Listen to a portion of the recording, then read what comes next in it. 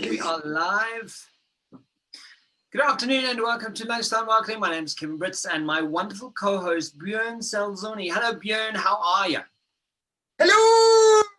So excited to be here, Kev. Another day, another lunchtime episode, and this time we're going overseas. So loving it, so loving it. How are you? Well, yeah, running from one meeting to another, so that's why we are 2 minutes late. But yeah, we managed to pull it off today. So Bjorn, in the last couple of weeks, we've been the aim for the month of September is to really chat to South Africans out there who have reinvented themselves. And please, will you introduce and tell us, because I know you know this wonderful lady, so tell us who this is and who are we talking today and where is she and where's she from? Fantastic. So I met Tanya, I think it was 2017, 2018. If I'm not mistaken, we went to an event together, and she is a beautiful soul with a lovely family and gorgeous kids. And we were just chatting, and she was just one of those really lovely people. You know, it's so interesting. I always say that the world of Twitter is phenomenal. And, you know, I always say to people, if you ever think Twitter is irrelevant, all you need to do is build a relationship offline. So by the time I'd met Tanya, we were already following. I was like, oh, that's how you are. And then I remember watching Tanya's journey, and she was like, the big announcement. And I was like, what is she doing? What's happening? She's like, I wasn't pregnant. Yeah. I was thinking, she's pregnant? I was like, no. And then she was like, she's moving to the Netherlands. And Tanya's got a great PR background, and she's worked with lots of brands and done some really phenomenal things. So Tanya, welcome to the show. So excited to have you here. You are so happy. You're in such a good mood. I've always and I thought it was drugs and stuff, and it's not. It's just Bjorn. Oh, word. What is it? I'm literally like this all the time. Whatever it is, I want some of that. Although I think in Amsterdam you can find a lot of it. Fantastic. But apparently, yeah. You know, and I must say that the biggest lesson I've ever learned in Amsterdam is that when you say I'm going to a coffee shop, it means you're going to smoke dope. It's not about coffee. Yeah. Fantastic. Tanya, so excited to have you here. Oh my gosh. What a journey. So Tanya, to kick this off today, one of the things I want to chat to you about is what is the history. So you were in South Africa. What were you doing in South Africa, and then you moved to the Netherlands. When did this happen, and why the Netherlands? Okay, so back in Joburg, I've done a little bit of everything. I was a former magazine editor and a journalist, and then I went into PR, communications, working on a corporate and agency level. And I started my own agency as well. And then I've also been blogging on the side. And then about a year ago, we decided, let's try for a European adventure. We didn't really feel like replicating, like going to New Zealand or Australia, where, a lot of South Africans tend to go. We wanted a European adventure. Yeah. So the Netherlands appealed to us because it's a beautiful country. Amsterdam is a very safe city with lots of coffee shops. Okay, not that I know anything about this, obviously. Roll eyes twice. English is largely spoken. The Dutch speak English brilliantly, and good for expats. So my children and I have EU passports, so it was easy to get in. My husband and I visited in January in the thick of winter, where it kind of gets light at about 9:30 in the morning, and gets dark 4 in the afternoon. And we thought this could work. So here we are on our adventure. No, I must tell you, I'm like, whenever I hear anyone from like Amsterdam, like that's my life plan at the moment. Is like in the next 3 years, I need to be living in Amsterdam, because I also went in the thick of winter. I went in February. I don't know what the hell this year or February. Which way? It was probably about I think 2 years ago, and I went in February, and I was like, oh my god, it's so freezing cold. but I couldn't get enough. Walking in the streets, the cycling, the coffee shops, the Wait, art, Kevin. When did you cycle? No, I cycled. In the Netherlands? Yes. You just Oh, not yet, just in the Netherlands. Oh, okay, we no. understand. No, I cycle here as well. I just haven't done it in the winter time. But essentially, I remember the love that I have for the city. And since then, I've just said to Eugene, I'm like, that's it. Like, that's my long-term plan. I really, really, really want to live there. And that's, where I want to end up. So in terms of doing this as someone who goes from one country to the other, that is not the easiest process. So how do you, just as an entry point, how do you do this? You're literally going from one culture to a new culture. There's a lot of considerations that you've got to consider. Everything is different. I remember walking along in the streets at 4 o'clock in the morning. I'm not going to speak about what I was doing, but at 4 o'clock in the morning. Tell us about what you were doing at 4 in the morning, Kev. I was having fun. And essentially what I noted, which was really, really stood out for me, was I'm 4 o'clock in the morning walking around, and the police were walking around. Everything was unbelievably safe. That part of my brain was going, I've never experienced this kind of safety feeling before. So for me, that culture shock was immense, right? But tell us sort of what was it for you that you went from here to there, and what were some of those things that started really standing out for you? No, I mean, you speak about walking around at 3 o'clock and you're feeling quite safe. When we were here in December or January, we were walking around, 11, pitch black, and it was quite bizarre. And I was at a restaurant eating chips, as one does in Amsterdam. Yes. I think their potatoes are something else, and they do fries in a way that no one else in the world does them.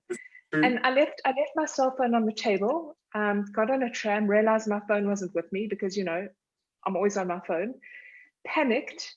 We got off the tram, ran to the restaurant, panicking, at the same time, my husband was logging on and, like securing the phone and shutting things down. And I get to the restaurant and it's still sitting there.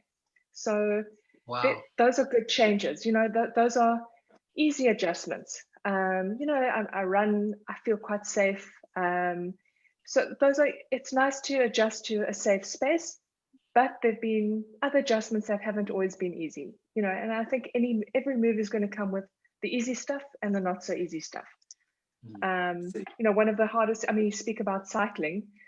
I can't ride a bike, and yet that's my main form of transport at the moment. Wow.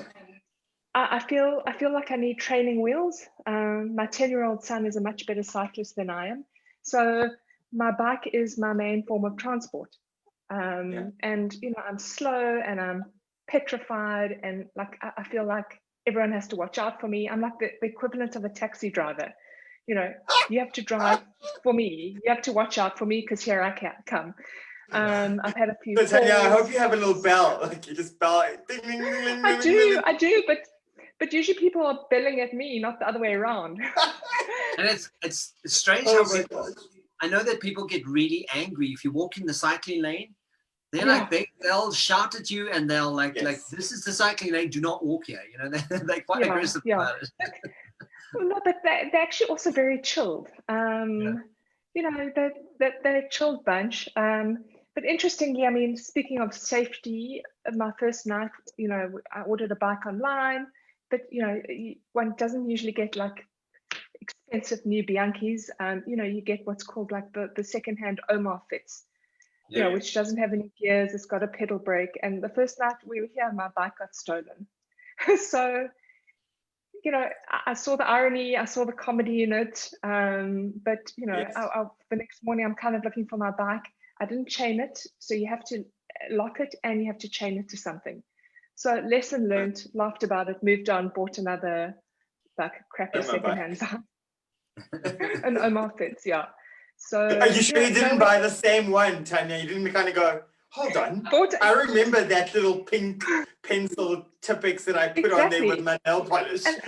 And that's what they do. That's what they do. They I think from what I've heard, they steal, they spray paint, and then they resell. So Well, hats off to them.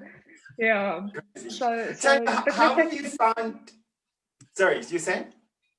No. I mean, let that be my biggest problem. You know, it's Right. like, yeah, you were saying.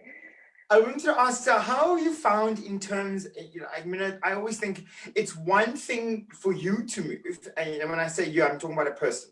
It is another thing when you're moving with a family. And, you know, what I'm keen to hear from you is just, like, was that like how long did it take you for the planning? You know, because there's all the stuff. I mean, as people are going to be listening to this, I mean, we mentioned offline to you, I mean, last month, there was 1 million podcast downloads from the radio station. So there's lots of people that are going to be listening to this, because the recurrent space of where we're in, and I don't want to go down this road about that people are leaving South Africa, but we're just talking about celebrating South Africans in light of Heritage Month and, you know, them reinventing themselves. But can you just tell us, what was this like? How did you tell the kids? Was it like one of those, by the way, mom and dad are going to go to Europe, and were they excited? Were they nervous? Were they scared? Because, you know, that's things that people are going to want to know. Like, how do you navigate? Because, I mean, your kids are small, or young, should I rather say. They're not like, you know, like Kevin's daughter that's in her teens, so she understands and she's like, yes, Dad, we're going overseas. You know, your kids are young. So how did you kind of navigate that process? So I've got a 10-year-old who we kind of spoke to from the get-go, and he understood completely. He could rationalize, he could see the reasons why.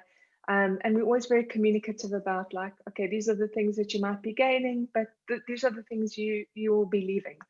And he was quite excited, Shane. I mean, he kept the secret from his friends for about like 5-6 months. Shame. So guys, if ever you have a secret, tell my son. He's like the Secret Service. He's got this. He's into his songs. I love it. And then my daughter, we kind of told at the last minute, or kind of when she needed to know, because, you know, I don't know how she would have processed it any earlier. You know, we told her in good time that we're going on this adventure. But, you know, they say that kids are resilient. They say kids are resilient and adaptable. Kevin, you probably know more than I do about this. And I mean, they've settled in brilliantly. You know, I thought they'd be whining about, like, we want our car, we want our garden, we want this. And it's been nothing of the sort. They've fitted in. I guess even better to some extent than I have. And they're happy to, well, I wouldn't say happy, but they don't mind going out in the rain, cycling in the rain. You know, their whole life has changed. You know, we've moved into a much smaller space. They no longer have the garden and the dogs, and they're content. So, you know, but on that note, a lot of people have been messaging me to find out how we did it, how we got in, you know, how you our even got a kids question in the Q&A as well, which we'll get to in a minute. Yeah. Cool. Yeah, and what school we've put them into. So we've decided to put them straight into a Dutch school, so they can learn from the onset, which is a reminder to me to also learn Dutch before they plot against me in Dutch, and I don't understand the words. Can you imagine? You'll be like, what are you two doing? Yes, I can. They'll be like, don't tell Mom I'm overthrow. Exactly. So sorry, Tanya, but one of the things that sort of I'm also curious about in terms of work, because you go from here, you're stable, everything is certain. Is it a case that were you sort of transferred? Did you guys have something potentially available, or was it a case of going, no, we actually have to start a whole business, we have to start our own thing? And what was that for you, and how did you do it? So the plan was always to try and carry on the work that we were doing in South Africa. Yes, I was freelancing copywriting and consulting. So it would have been very easy for me to adapt. And also, I mean, remote working during COVID has taught us that we could be working anywhere. No one would ever know. Yes, I mean, I could have any background on my Zoom and I could be anywhere in the world. You could be right my husband in the next room, right? Exactly. How do you know I'm even here? Huh? Yeah. How do you know I'm here? Oh! Don't tell everybody. Don't tell everybody. Just do a quick IP check. Where is Tanya in the world?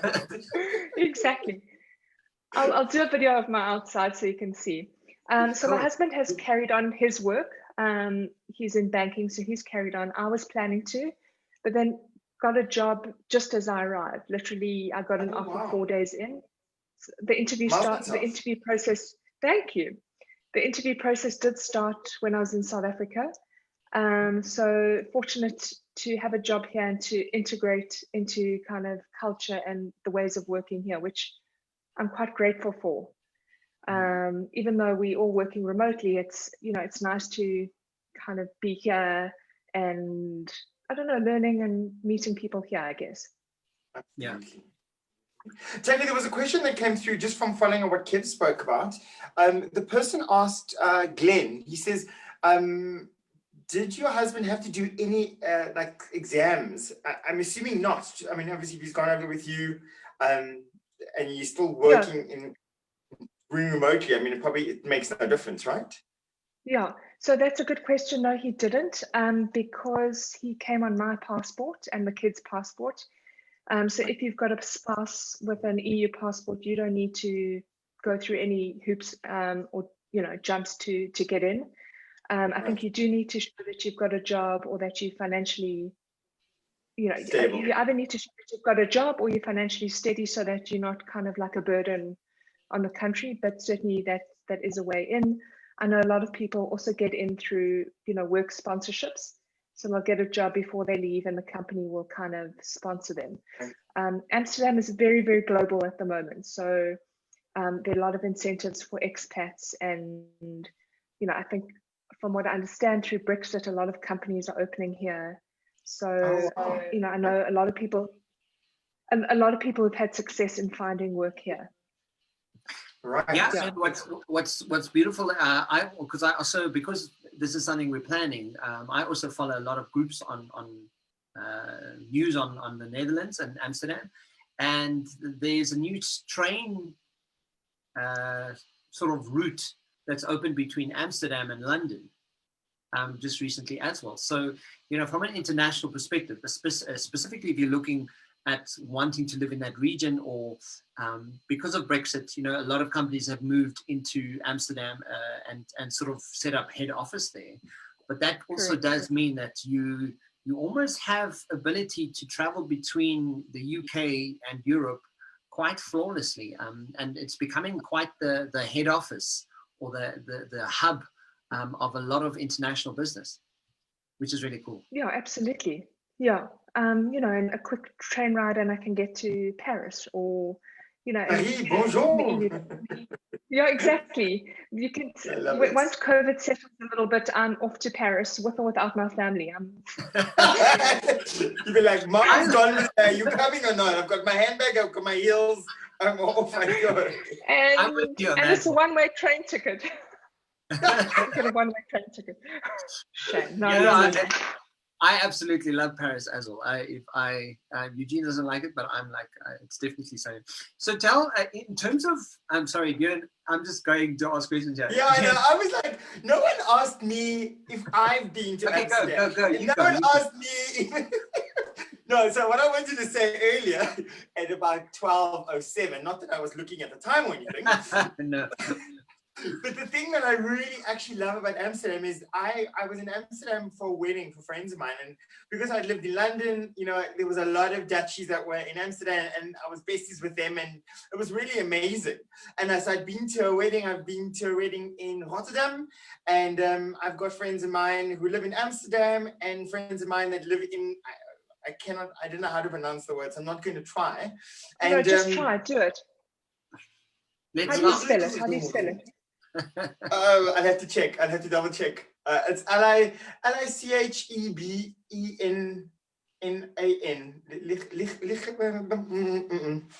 I'll post it at the bottom of this chat. That's going to be easier because I'm going to get it wrong. So hopefully Stephen and William are watching, and they're a couple and they moved over a while ago. But you know what, the thing that I loved about Amsterdam specifically, I just remember thinking, and I think this is the thing about Europe that South Africans maybe don't get, is just, you know, you walk into a store, you don't go like, hey, can I have a sandwich? That's like, right, so these are our breads, these are our cheeses. And it's like, I just wanted like a light cheese. Right. Which one? And I just love that. The whole availability of food around the world. Because I mean, Tanya, you're a big foodie as well.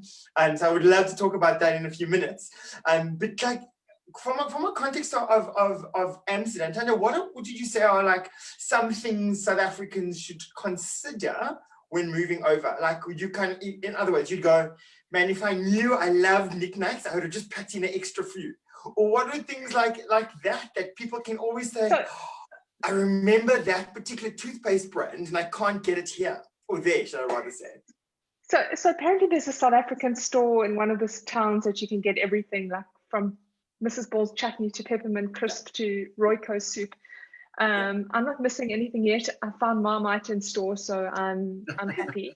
Sold. Yeah.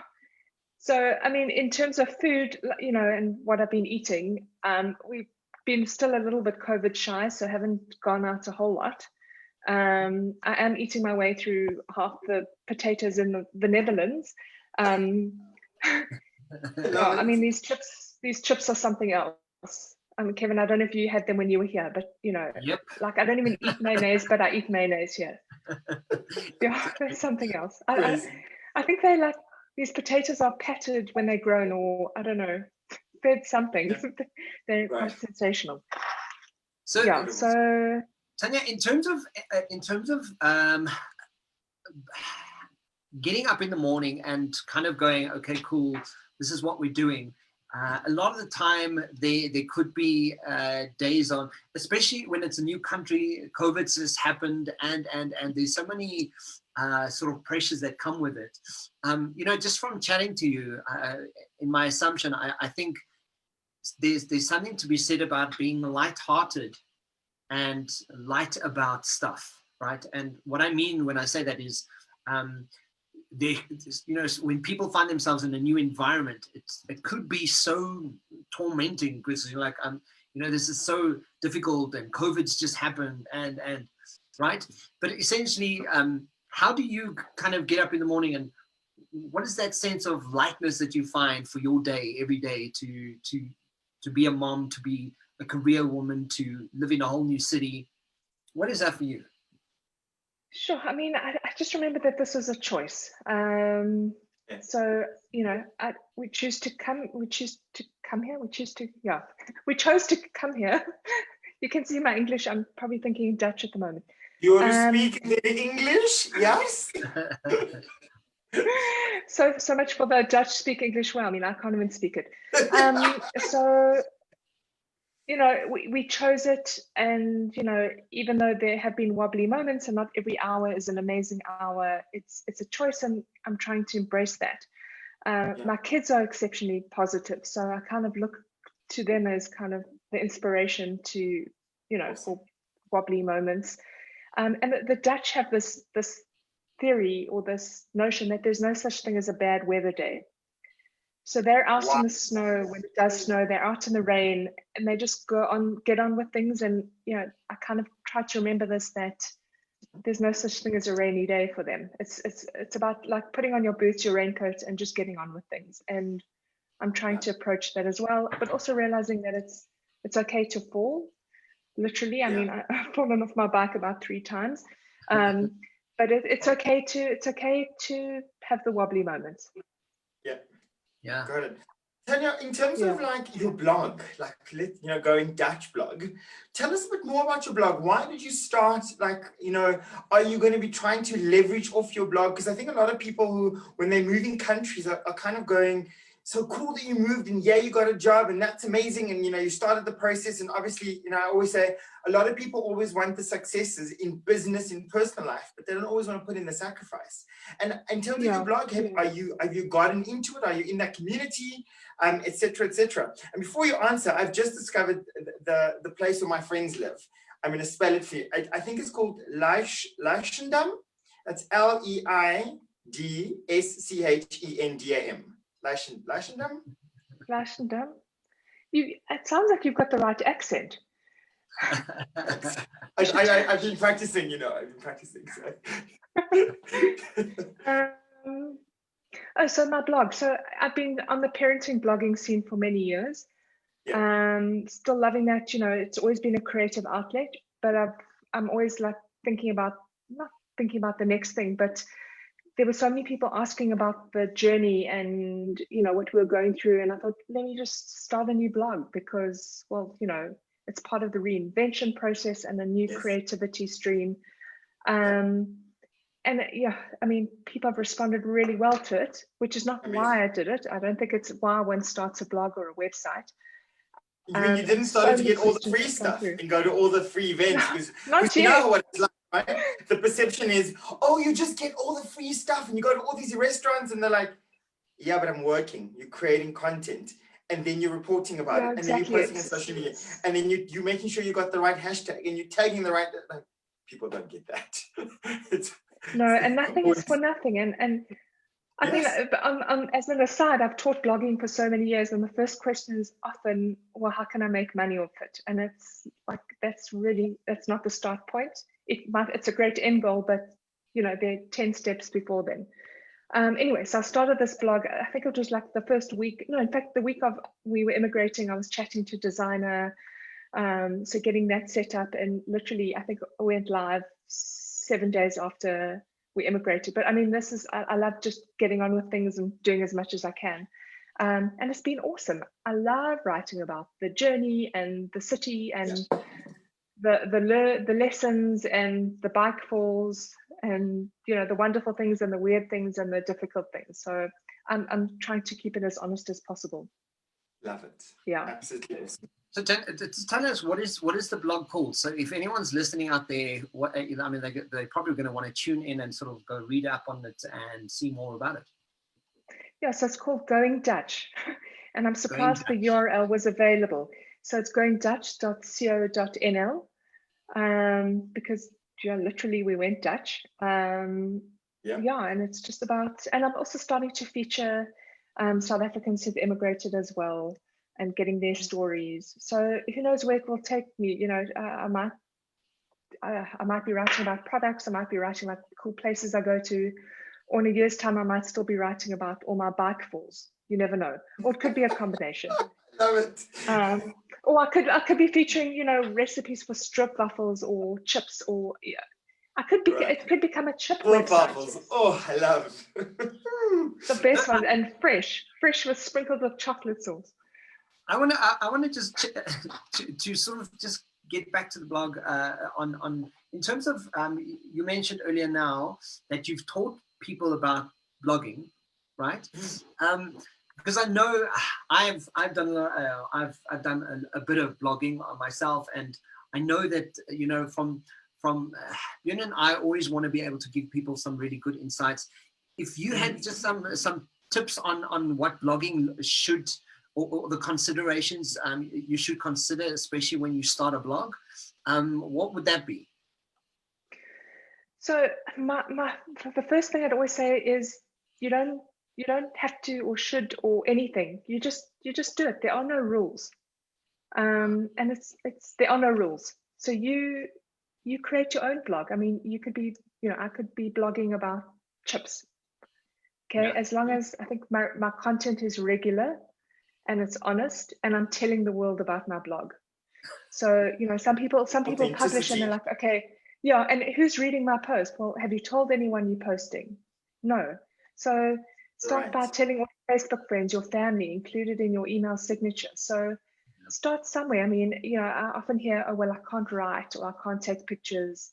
It doesn't matter. If this is what you want to do it, and you might love it. But I also say to people, don't feel that you need to start one, just because everyone else might be doing it and it doesn't come easily, or you don't feel like doing it, don't do it. It should be an act of love, I feel. Wow, so, but Kevin, act of love. Yeah, like if you need it, yeah, I mean, it shouldn't be a chore, or for a lot of us, it becomes a job. But I don't think there's been one moment when I've blogged where I thought, oh, I hate this. And I think it's just, I've been fortunate, but I've always kind of, it's your own space. It doesn't, Yes. I'm blogging about what I love and what makes sense to me and the things I love. So I think if that's your journey, then for it. But yeah, again, if it's not becoming a love or it's becoming a chore, then maybe you need to find another platform. But Kevin, I'm always happy to give tips if you are wanting to start. Like, you know, it's such a love of mine. I love. I have you on LinkedIn here, so I am even as you're talking, I'm looking at at your LinkedIn profile, so I'll connect with you. I kind of feel like every person who starts a blog, like I get, I don't know, this like little space in my heart that's all very happy, and so I love to get people started if that's what they want to do, because it can be so rewarding, and you meet so many people, and you know, you can get to experiencing. But more than that, it's your creative space where no one is telling you, oh, you need to crop your photo this way, or you need to have this kind of a headline. It's your own thing, which is very cool. And you know what, sorry, Bjorn, but just to add to what Tanya's saying there, what I'm noticing from having conversations with a lot of people, because I do this quite a lot, and it always breaks it down to quite simple. Like, a lot of the time people are looking for this really big answer. And it never is a really big answer. It's kind of going, if you want to do something and you love doing it, just do it. Just start. Just tell people, and it's simplicity that really starts becoming sort of a foundation that I'm picking up from a lot of people. Bjorn, you were going to say. Yeah, I was going to ask Tanya, would you consider? And obviously we hadn't discussed this, and I'm just, this is quite often what happens in conversations. But would you consider running an online course or an online event of some sort, once off, or a series? You said you taught people how to blog, and because I think that might just be something we can all chat offline. But I actually think there's a lot of people who, especially because we are more online now, forced to by the nature of our current environment, and as you say, we're forced globally. It's not just exclusive to South Africa or exclusive to Europe or exclusive to Amsterdam or Holland. But I think it would be actually really nice if you just start running it, because I think there's a great opportunity, because Tanya, I know that you understand this from coming from a PR background, the relevancy of how blogs, everything from search engine optimization. If you listen to our, not necessarily you, but as our listeners have listened to previous shows, I've often spoken about the relevance. We spoke about organic SEO versus paid SEO as an example, and blogs is a really great way. And I don't want to get into backlinks and all the rest, but it's a great way to build a brand as part of what you do. Absolutely. So it might just be a conversation we can have offline. If we might even just do another interview and say, let's talk about, because we haven't actually done a whole thing on blogs, Kev, if I remember correctly.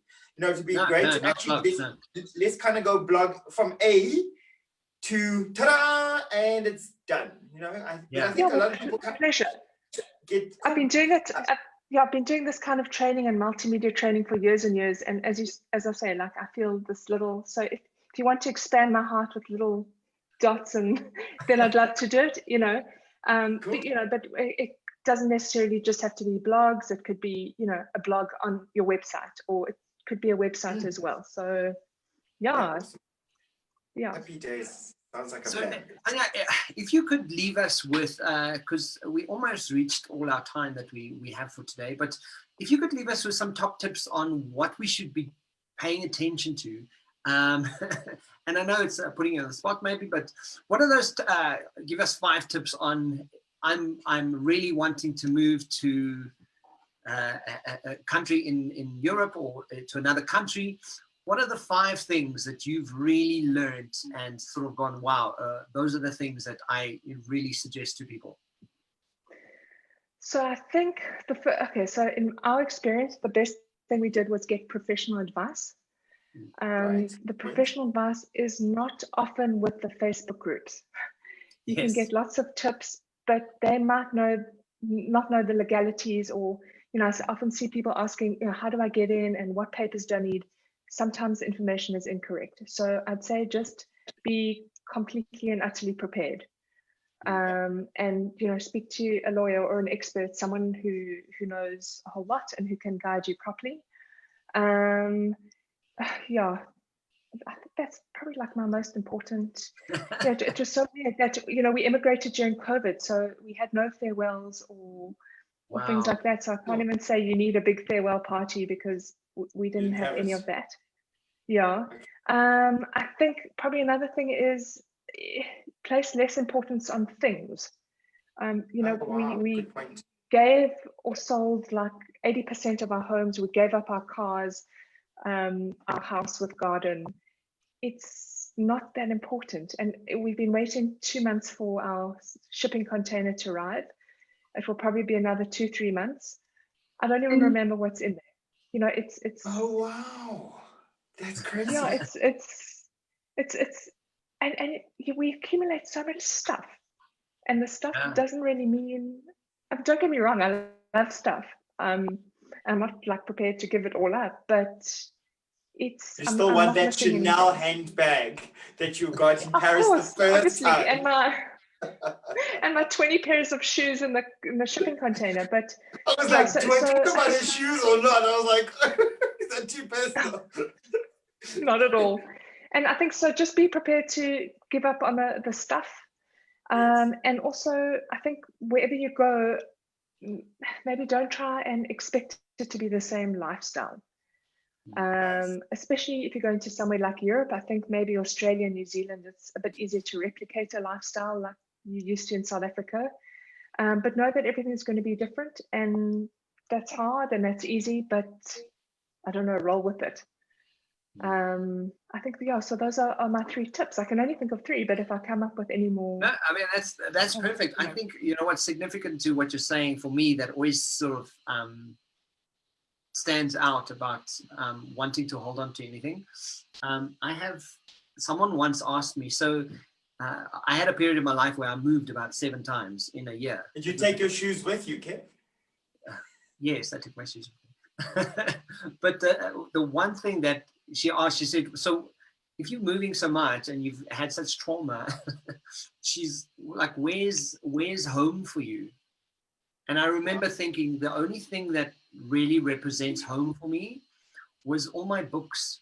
So I have one bookshelf that I've kept books on that I've read since I was 22, that I've had all my life. And as long as I have my books and I have my father's piano accordion, and maybe the table of my mother's table that stood next to her bedroom. I think if I have that in my house, and I'm like, okay, cool, the rest can go. And those are very, very special, sentimental things, and that's awesome. And you never have to be without those. Shame, I got quite emotional when you said that.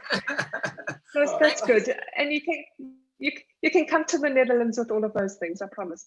It might take 4 months, but So are you saying you're gonna leave me behind? I'm just thinking about this now. Like, we've never had this conversation, and how you're just going, and here I am, and I'm like, no, but like, look how easily we're talking. We're gonna connect like this all the time. I mean, it's. But I also want to go. Okay, spoiler, Kevin's in Amsterdam already. Spoiler alert. Yeah. You didn't know it. By the way. That's it, I'm resigning, I'm done, I'm out. And here I thought you were down the road and getting all emotional. Good luck. Kevin could be anywhere in the world, you'd never know. You never know, exactly. All right, Tanya, thank you so much. Bjorn, I just want to leave it with you and see how you're doing, what you're doing. When is your website coming, by the way? We heard this is coming and it's not yet. When's it coming? Kevin, I had a little bit of a glitch last week. And it has caused me to let's just like, for listeners now, I always know they want to know, give me the inside scoop. The reality is we had a few business changes, and so my focus has been on that, and it hasn't been finishing up. But spring is a new season as we have it, and so is September, and it will be done.